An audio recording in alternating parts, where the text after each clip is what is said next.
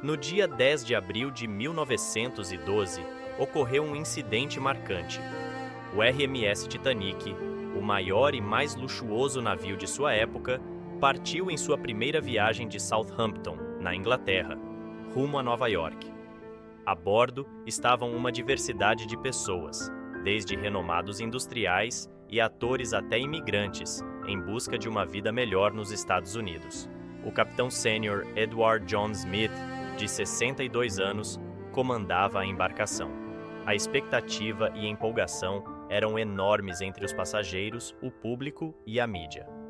O Titanic não era apenas o maior navio do mundo, com aproximadamente 269 metros de comprimento e mais de 53 metros de altura, mas também impressionava pela sua extravagância.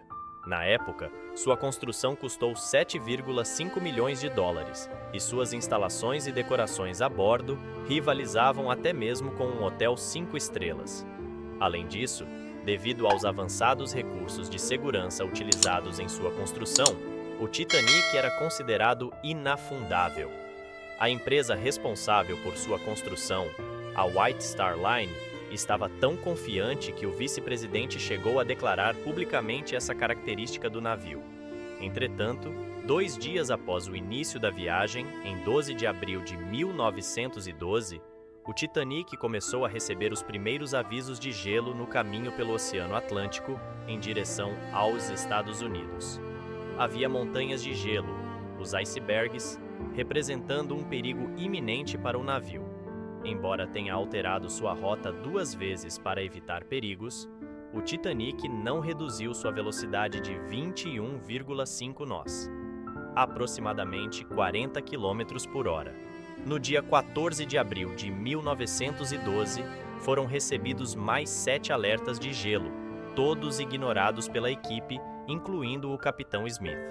Com o anoitecer, o destaque da noite de 14 de abril era a ausência da lua, o que resultava em pouca visibilidade devido à falta de luz. O navio possuía um posto de vigia chamado de Ninho de Corvo, uma pequena plataforma elevada para observação do trajeto do navio em busca de obstáculos ou tráfego. Às 23h39, Frederick Fleet, posicionado no Ninho de Corvo, avistou um enorme iceberg à frente. Ele soou o alarme e fez um telefonema para os oficiais na ponte, alertando sobre o perigo iminente. O primeiro oficial, William Murdoch, ordenou à sala de máquinas que o navio virasse à esquerda, porém, foi tarde demais. Às 23h40, o Titanic colidiu com o iceberg. Foi um momento crucial que marcou a história.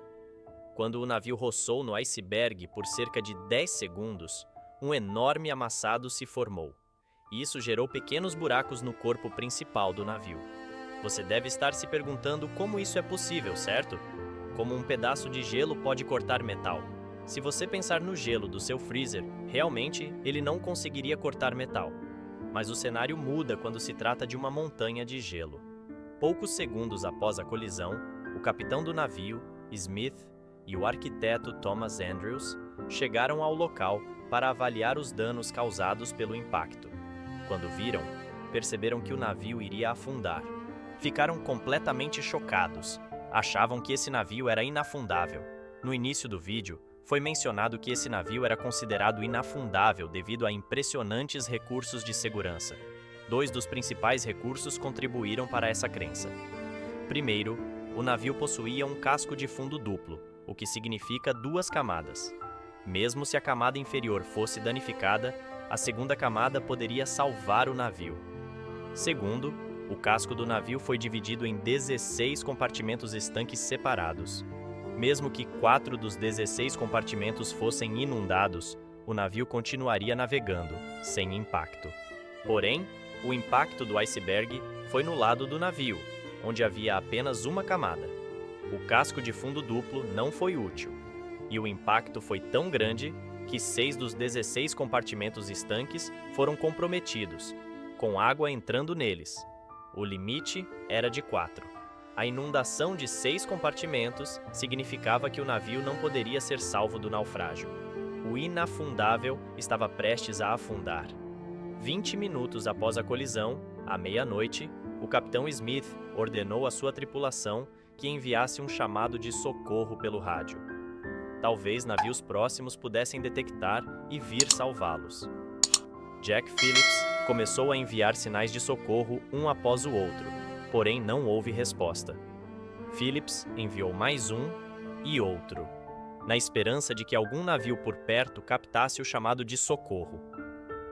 20 minutos depois, às 0h20, um navio chamado RMS Carpathia estava próximo ao Titanic e detectou o sinal. O operador do Carpathia respondeu ao chamado de rádio do Titanic e direcionou seu navio para se mover em direção ao Titanic e resgatá-los.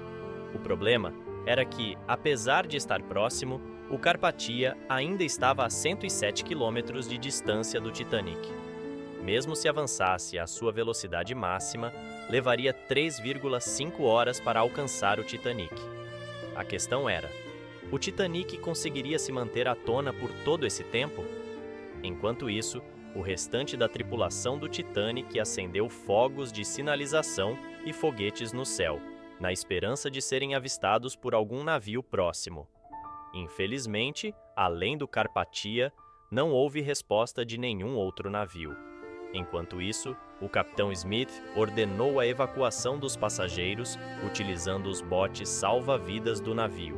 Seguindo o protocolo, mulheres e crianças receberiam prioridade para embarcar nos botes salva-vidas. No entanto, muitos passageiros a bordo não estavam tão preocupados. A maioria acreditava que o Titanic era inafundável e não havia motivo para se preocupar. Afinal, a empresa que veiculava anúncios reforçava essa ideia repetidas vezes. Então, sim, eles poderiam ter batido em um iceberg, mas o navio não afundaria. Por esse motivo, o primeiro bote salva-vidas que foi lançado tinha capacidade para 65 pessoas, mas apenas 28 foram. Metade do bote permaneceu vazio enquanto era abaixado. Com o passar do tempo, os compartimentos começaram a se encher de água um após o outro. O navio começou a inclinar.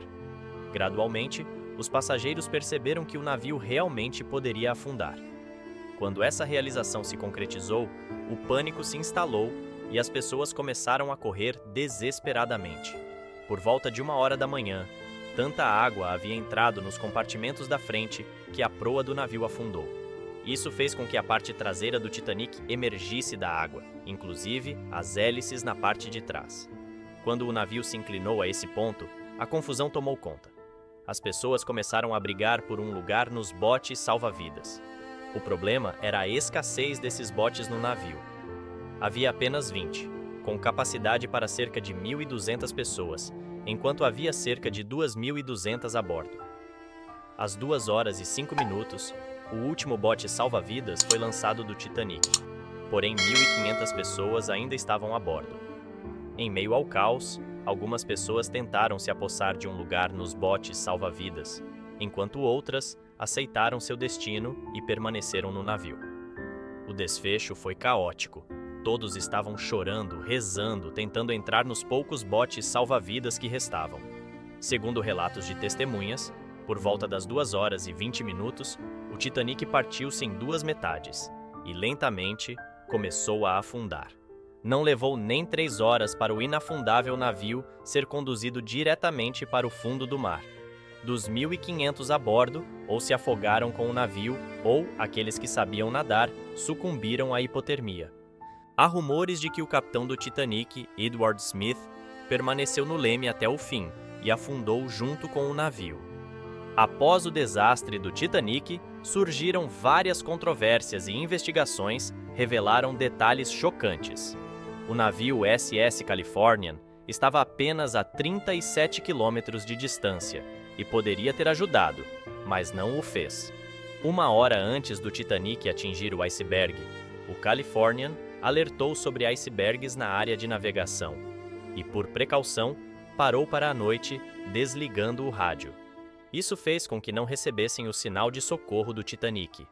Mesmo sendo avistado pelos passageiros do Titanic, o Californian não respondeu nenhum dos pedidos de ajuda, pois considerou que os foguetes eram apenas entretenimento dos ricos a bordo. As investigações culparam o capitão do Californian, Stanley Lord, mas é complexo atribuir a responsabilidade total a uma única pessoa por um desastre tão grande. Se gostou do vídeo, não deixe de se inscrever no canal e ativar o sininho das notificações para não perder nenhum dos nossos conteúdos. Comente o que achou e o que gostaria de ver aqui no canal. Até o próximo vídeo. Fui!